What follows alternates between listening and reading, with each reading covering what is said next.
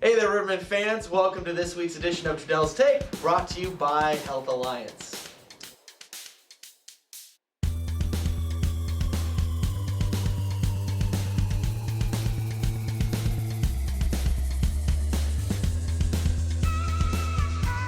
Back at it for another week of Trudel's Take. I'm Jason Rupp, joined once again by Riverman head coach Jean-Guy Trudel. Guy, coming off your first and only road trip to Roanoke of the season, kind of a bit of a tale of two different teams. Friday night, very little you could probably complain about. Saturday night, a little bit different story.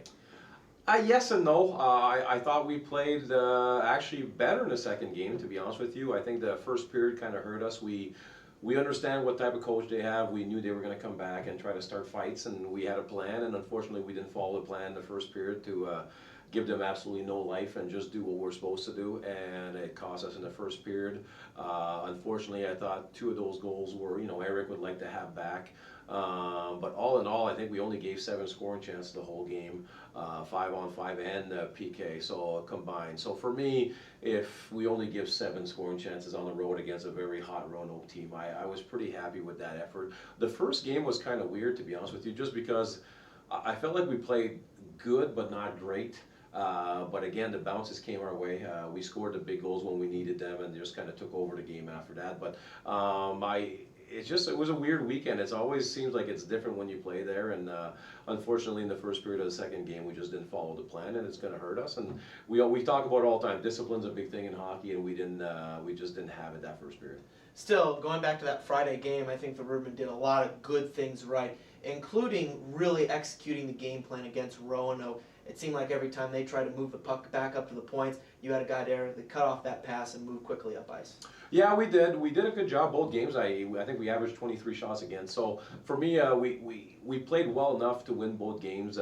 Just again, when you play good teams, if you a little mistake or a little undiscipline here and there is going to cost you, and unfortunately it did that weekend. But we talked about it. All this year is going to be a learning lesson. We want to learn from every win. We want to learn from losses, and you learn a lot more from losses. So we'll bite the bullet. They won the game fair and square, and we're just going to come back to the drawing board and get ready for this weekend, because we can't dwell on last week. We're going 3 big games this weekend, so we got to get ready for those. Certainly not. You have a 3-3 at home, 2 against Vermilion County, who has been surging and is dangerous to bite any team on any given night, and against Quad City, your old rival, who may have taken a step back, but no less a dangerous team.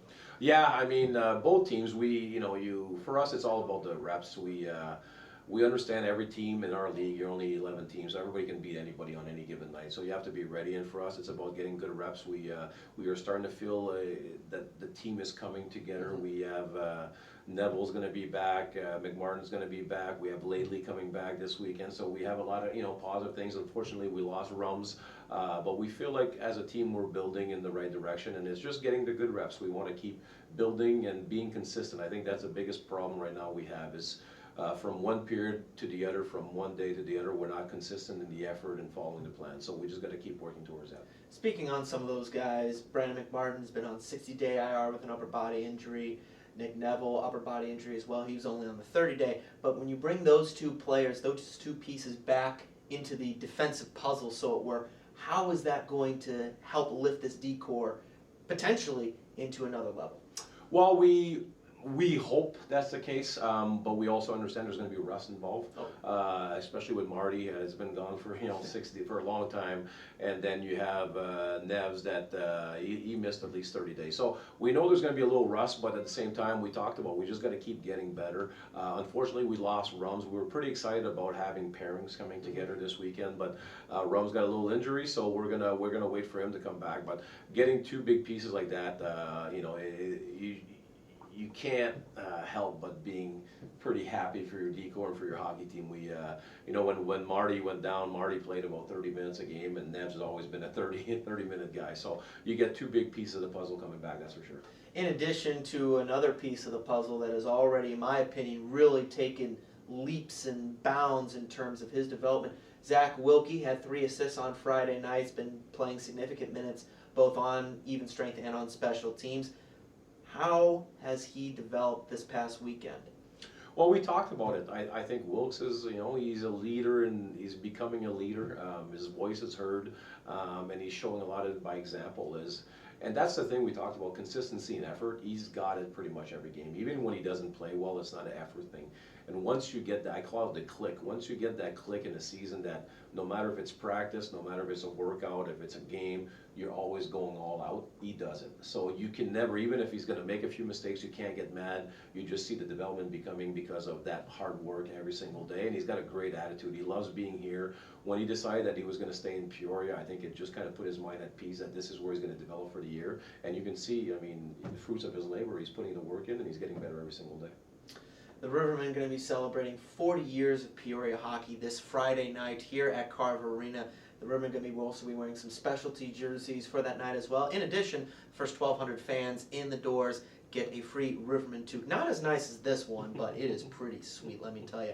But you're, as someone who's been around this organization, both as a player and a coach, looking back on your time in Peoria, what is your favorite memory so far?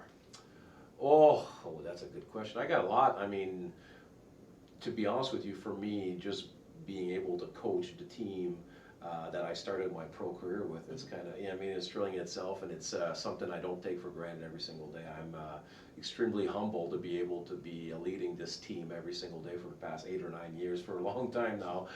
So for me, that's something I'll never forget, especially, you know, I talked about Bart Rogers and our ownership group giving me, you know, the complete control. I always remember when he gave me this office a few 8-9 years ago, and it was completely bare. And he said, "Good luck, Guy." And since then, you know, Bart or the ownership group never told me what to do. They left me in charge. They had enough confidence in me to just let me go my way and do what I need to do to have success here in Peoria. So for me, I'll always be thankful for that, and just I take everything every single day for me is important. When I get to the office or this locker room, I had that conversation with Cody today. We have a special place. Like, it's a great locker room. It's, you know, my office is phenomenal. It just makes you happy. It's a great place to come. It's got great energy, and I think that's, when I retired, that's probably the best memory of just coming here every single morning and getting a chance to coach a Riverman. Well, the Rivermen should be having a fun night on Friday night, and in addition, Saturday night, the Rivermen going to be wearing some specialty tuxedo uniforms brought to you by Jones Brothers. One lucky fan will also walk away with a set of diamond stud earrings, and of course, the first 2,000 fans in the building on Saturday night will receive a free 2020 Rivermen calendar. Are you on that calendar? They gave you a copy, didn't they? They gave me a copy, but I don't think I made it. What? I think I gained a little weight this year. So Oh, they come they on. said, no, Guy can't be on there. So I think Bearsy made 2 pictures. I don't know where that comes from, but he's pretty pumped right now. The few boys are pretty pumped about their pictures. So no, it's a great. I'm going to keep it too. I love it, and we're going to have one at the Trudel household for sure. Absolutely. And of course, finally, the Rivermen hosting Quad City on Sunday afternoon, 3:15 puck drop. Kids Fest before the game, and skate with the Rivermen. Bring your skates after the game. Guy, thanks so much for joining us. Best of luck this weekend. We'll talk to you later. Thanks, Robert. Appreciate it, buddy. It's been Jason Ruff with Rivermen head coach John D. Trudel for the Trudel's Take, your weekly edition. We'll see you next week.